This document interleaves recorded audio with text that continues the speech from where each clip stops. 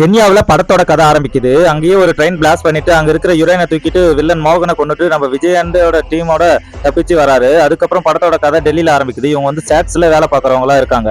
இதுக்கப்புறம் ஃபேமிலியோட விஜய் வந்து ஸ்னேகாவை கூட்டிட்டு பேங்காக் போகும்போது அங்க ஒரு மிஷனை முடிச்சிட்டு அதுக்கப்புறம் அங்க நடக்கிற ஒரு சம்பவம் தாங்க. அதாவது தன்னுடைய பையன் வந்து இறந்துட்ட மாதிரி ஒரு சீனை காட்டுறாங்க. தளபதி விஜய் மாஸ்கோக்கு கிளம்பி போறாரு. அங்க போன உடனே இளைய தளபதியை பாக்குறாங்க. அவரு தான் தளபதியோட பையன் சொல்லிட்டு அவர் வீட்டுக்கு கூட்டிட்டு வந்து அதுக்கப்புறம் படத்தோட கதை நகருது. அதுக்கப்புறம் விஜய் கூட இருக்கிறவங்க எல்லாரும் ஒருத்தரா சாகும்போது இந்த கொலைக்கெல்லாம் யாரா பின்னாடி இருக்கான்னு சொன்ன உடனே பாத்தீங்கன்னா அதுக்கப்புறம் படத்தோட மீதி கதை. படத்தோட கதை பாத்தீங்கன்னா ரொம்பவே பழைய கதை தான். நம்ம வெங்கட் பிரபு எப்படி மேக்கிங் பண்ணிருக்காரு, அந்த ஸ்கிரீன் பிளேவை இன்ட்ரெஸ்டிங்கா எடுத்துட்டு போயிருக்காருன்னா அதுல நம்ம விபி வந்து அடிச்சுக்கவே முடியாது, சம்பவம் பண்ணிட்டாருன்னே சொல்லலாம். ஃபர்ஸ்ட் ஹாஃப் ஃபுல்லாவே ஃபேமிலி ஆடியன்ஸ் ரசிக்கிற மாதிரி நல்லா ஹியூமராகவும் காமெடியாகவும் அதுக்கப்புறம் சென்டிமெண்டாகவும் வேற லெவல் ஒர்க் அவுட் ஆயிருக்குன்னு சொல்லலாம். இன்ட்ரோலுக்கு அப்புறம் ஆரம்பிக்கிற படம் பாத்தீங்கன்னா வேற மாதிரி சும்மா ஸ்கிரீன் பிளே எல்லாம் விறுவிறுப்பா போய் முடியுதுங்க.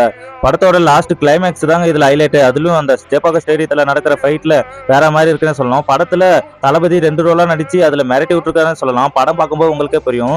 அது மட்டும் இல்லாம படத்துல நிறைய கேமியோ கெஸ்ட் ரோல் எல்லாம் வந்து வேற மாதிரி இருக்கு. இதுல வேற திரிஷா மட்ட சாங்குக்கு வந்து வேற மாதிரி வந்து டான்ஸ் ஆடி சும்மா நம்ம குச்சினி மடத்தால பெட்டி அந்த சாங்கை ஞாபகப்படுத்துற மாதிரி வேற மாதிரி வைப் பண்ண விட்டாங்கன்னு சொல்லலாம். இது மட்டும் இல்லாம படத்துல லாஸ்ட் கிளைமேக்ஸ்ல பாத்தீங்கன்னா நம்ம தலை தோனி எல்லாம் காட்டி சும்மா தேட்டரே ஃபயர் ஆக்க விட்டுட்டாங்கன்னு சொல்லலாம். தளபதியோட கோட் பாத்தீங்கன்னா விஜய் ஃபேன்ஸுக்கான ஒரு பக்காவான கமர்ஷியலான என்டர்டைன்மெண்டான படம்னு சொல்லலாம். அது மட்டும் இல்லாம நம்ம தளபதி விஜய் வந்து இதுல பெர்ஃபார்மரா வேற லெவல் மேரிட் எடுத்திருக்காருன்னு சொல்லலாம்.